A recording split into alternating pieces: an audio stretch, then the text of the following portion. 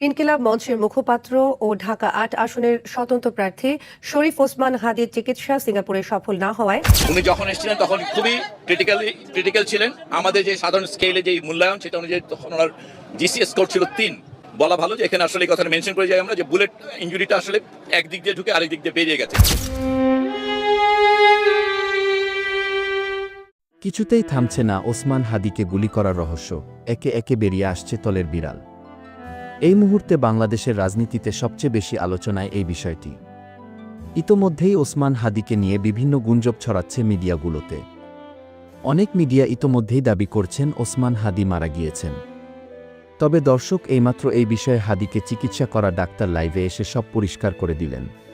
আমাদের ওসমান হাদির চিকিৎসা নিয়ে হাজার হাজার নিউজ বাংলাদেশের পেপার পত্রিকা এবং সেলিব্রিটিরা শেয়ার করতেছেন। আমি আসলে জানি না এসব নিউজের সোর্স কি। তারা নিজেরাই যে কোনো একটা নাম দেয়, ওসমান হাদির ভাই অমুক তমুক বলেছে, কিন্তু আমার মনে হয় এরকম কেউ কিছু বলে নাই।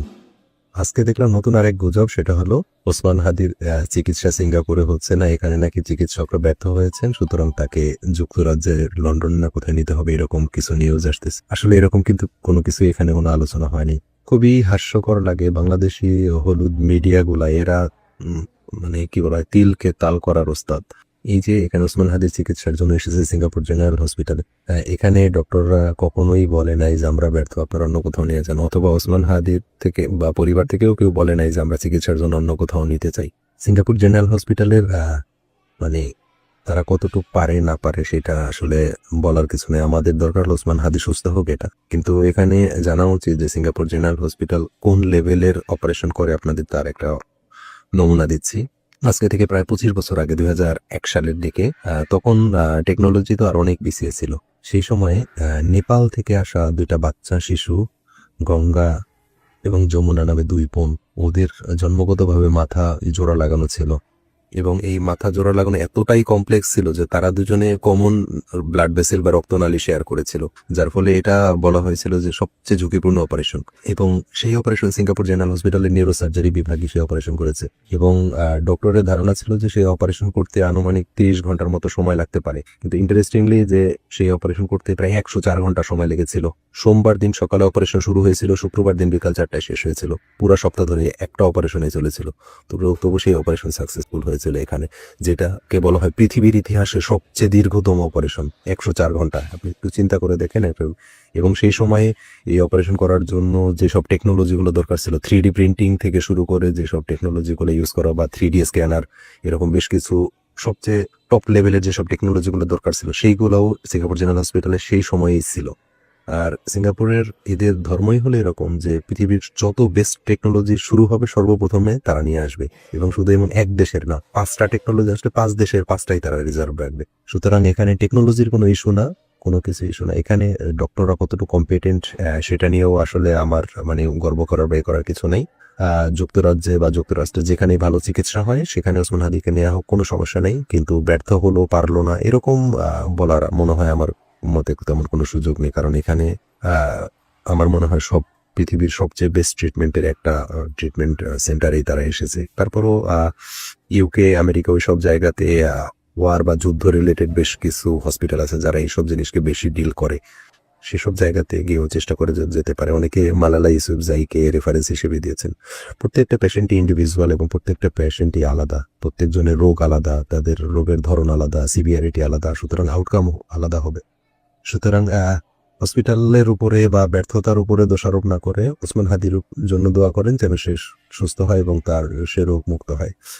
এইগুলো নিয়ে গুজব, এগুলো সরিয়ে, এগুলো মিথ্যা প্রোপাগান্ডা সরিয়ে আসলে রোগীর জন্য তেমন কোনো উপকার হবে না। শুধুমাত্র যেটা হবে, কি বলে এটাকে, গুজব ছড়ানো হবে, যেটা গুজব না ছড়ানো। আমাদের বুলেট মারো, আমাদেরকে গুলি করো, আমরা কোনো বাধা আজকে মানবো না। তো তার পদে বসে থেকে লাভ, সে শুধু বসে আছে। সে দেখে যে মাংসে আলু কম হয়েছে না বেশি হয়েছে, সচিবালয় থেকে এদেরকে ঘাট ধরে বের করে দেন এবং সুষ্ঠু একটা নির্বাচন দিয়ে আপনারা দোহাই বিদায় হন।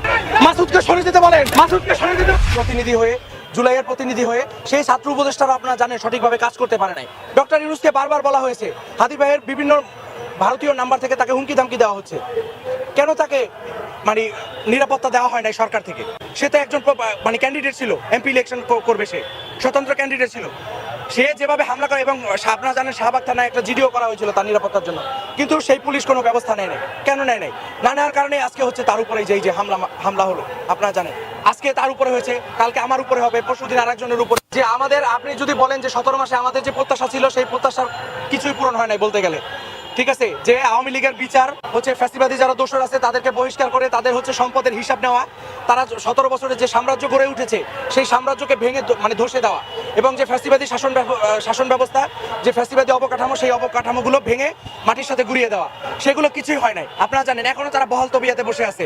আর ডক্টর ইউনূসের কথা যদি বলেন, আমি বলবো আমরা জুলাইয়ে তাকে শুধুমাত্র তার হচ্ছে ফেসের কারণে এবং তার হচ্ছে একটা বিশ্বব্যাপী একটা নামের কারণে আমরা তাকে প্রধান উপদেষ্টা করেছিলাম, বা মানে তৎকালীন ছাত্র নেতারা তাকে চয়েস করেছিল।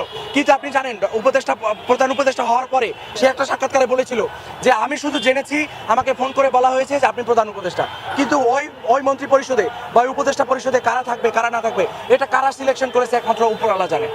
এটা কিন্তু আজ পর্যন্ত ফাঁস হয় নাই কারা সিলেকশন করেছে। সো আমরা এটা নিয়ে বলতে পারছি না।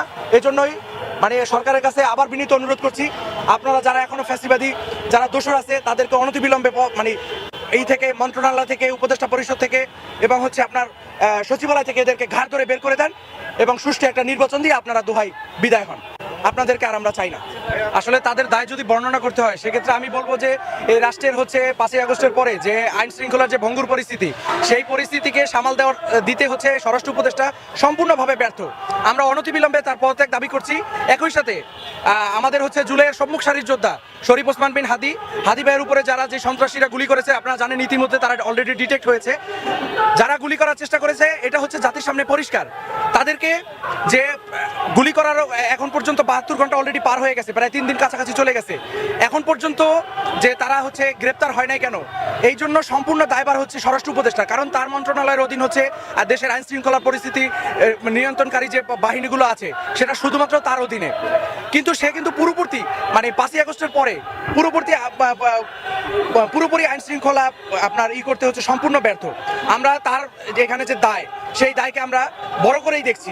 সে কিভাবে মানে আইন শৃঙ্খলা রক্ষাকারী বাহিনী হচ্ছে এখনো জানেন আপনারা ফ্যাসিস্টের দোসরগুলো হচ্ছে আইন শৃঙ্খলা বাহিনীতে বসে আছে, কিন্তু কারা কারা সেই ফ্যাসিস্টের দোসর এগুলা কিন্তু আমরা বিভিন্ন মাধ্যমে আমরা তুলে ধরার চেষ্টা করি। তো প্রিয় দর্শক, এই বিষয়টি নিয়ে আপনাদের কি মতামত, আজকের এই প্রতিবেদনে কি বুঝতে পেরেছেন তা অবশ্যই আমাদের কমেন্ট বক্সে জানাতে ভুলবেন না।